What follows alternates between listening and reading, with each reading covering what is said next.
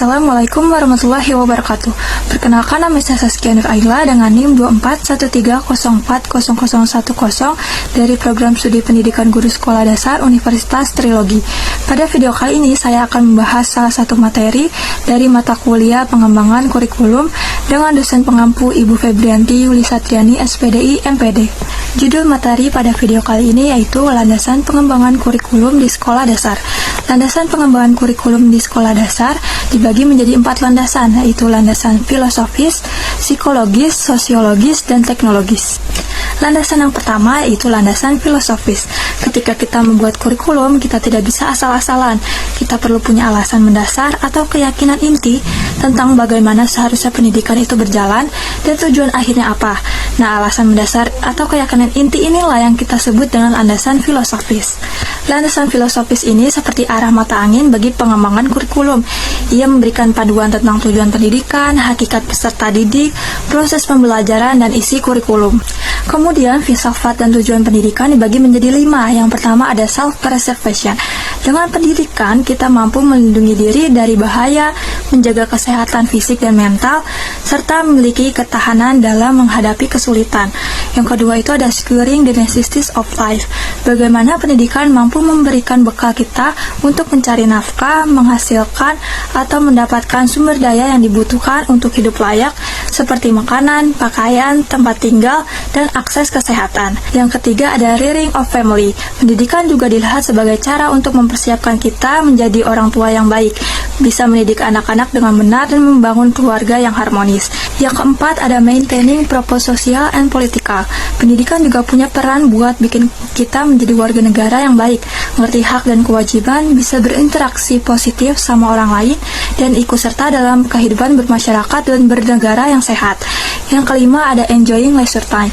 Ini sering dilupakan tapi juga penting.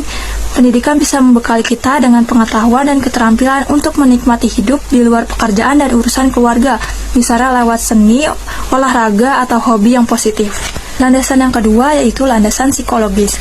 Landasan psikologis dalam pengembangan kurikulum adalah pemahaman tentang bagaimana manusia belajar dan berkembang yang menjadi dasar dalam merancang isi, proses, dan evaluasi pembelajaran.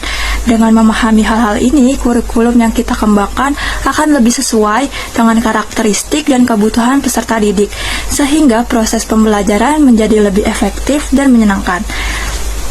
Contohnya dalam pembelajaran matematika tentang konsep bilangan. Guru SD akan menggunakan alat peraga seperti kancing, lidi, atau balok untuk membantu siswa memahami penjumlahan, pengurangan, dan perkalian. Landasan yang ketiga yaitu landasan sosiologis.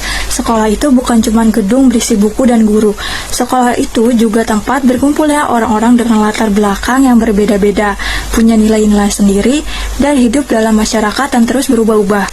Nah, landasan sosiologis dalam pengembangan kurikulum itu artinya kita memperhatikan tentang masyarakat dan bagaimana orang-orang di dalamnya hidup saat kita membuat kurikulum.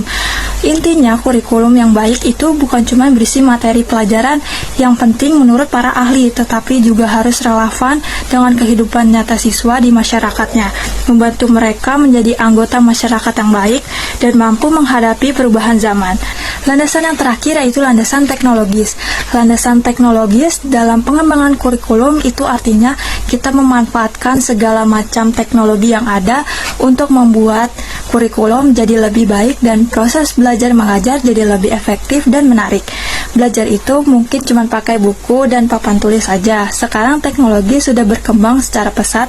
Ada komputer, internet, aplikasi belajar, video, dan masih banyak lagi. Nah, landasan teknologis ini mendorong kita untuk memikirkan bagaimana semua alat canggih ini bisa kita gunakan dalam kurikulum. Kurikulum yang berbasis landasan teknologis itu tidak gagap teknologi. Ia memanfaatkan teknologi untuk menyampaikan materi pelajaran dengan cara yang lebih inovatif, membuat siswa lebih aktif, dan bahkan menyesuaikan pembelajaran dengan kebutuhan masing-masing siswa.